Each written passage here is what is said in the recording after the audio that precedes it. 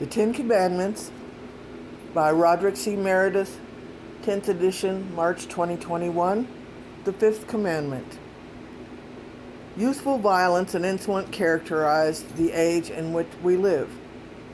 Broken homes are increasing. Teenage crime is absolutely skyrocketing. Years ago, one of America's most respected authorities on juvenile problems, Judge Samuel S. Leibowitz, set out to find the answer to the frustration of Americans' youth. And he decided to go to the Western nation with the lowest reported incident of juvenile crime, which was Italy. He sought out the reason from police and school officials throughout the nation, and from every part of Italy he received the same answer.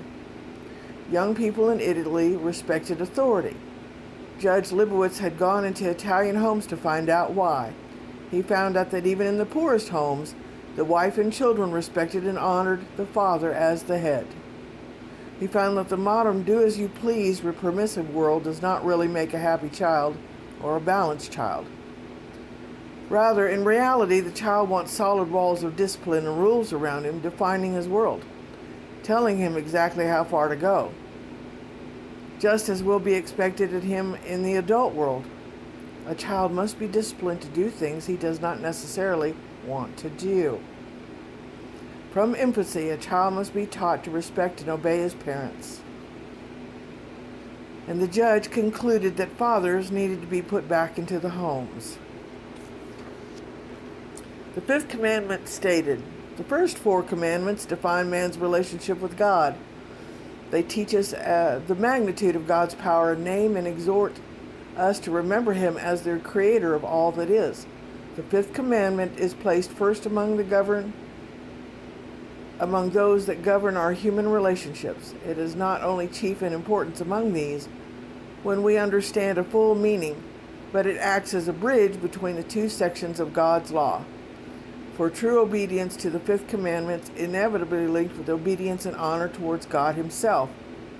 Our Creator knew this when he inspired it to be the Fifth Commandment with promise. Ephesians 6:2. Honor your father and your mother, that your days may be long among the land which the Lord your God is giving you. Exodus 20:12. Why honor our parents? The true answer reveals the depths of this commandment and a true import.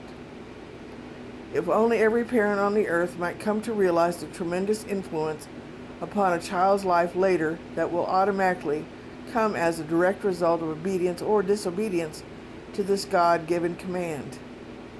This commandment is one of the 10 points of God's eternal spiritual law. Under the Old Testament dispensation, the penalty for directly and flagrantly violating this law was death. And he who strikes his father or his mother shall surely be put to death. And he who curses his father or mother surely shall be put to death. Exodus 21:15-17. Now this is how important this commandment is in God's eyes. The home and the family unit are the basis of all decent society. And the relationship of children to their parents is an exact type of spiritual relationship between true Christians and God. The lessons of character learned in that relationship may last children the rest of their lives and for eternity. In the eyes of a small child, a parent stands in place of God himself. For the loving and affectionate parent is the child's provider, protector, teacher, and lawgiver. A child's early training and response to this relationship will in large measure determine his later response to larger relationships within society. By direct implication, parents are bound by the Fifth Commandment to make themselves honorable. For to be honored, one must be honorable.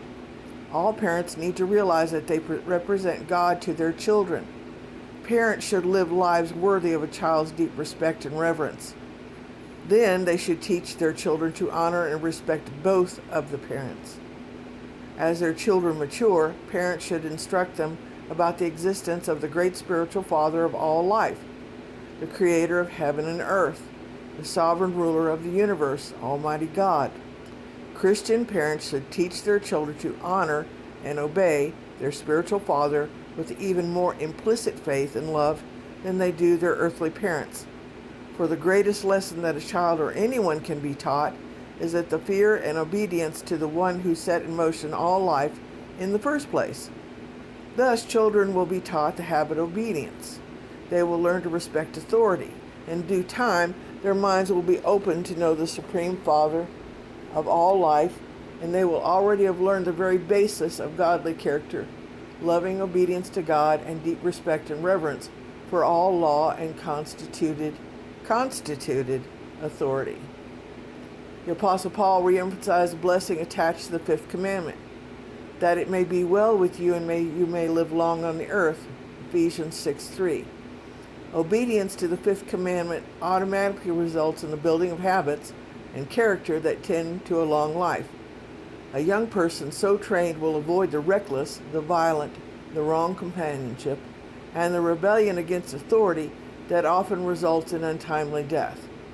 And in its ultimate meaning, those who learn to respect and obey their parents, and later, because of this training, God himself will certainly live long on the earth, for as Jesus said, "Blessed are the meek, the humble and obedient, for they shall inherit the earth," Matthew 5:5. There are so many everyday blessings to the obedient child. Certainly not the least of these is a sense of security.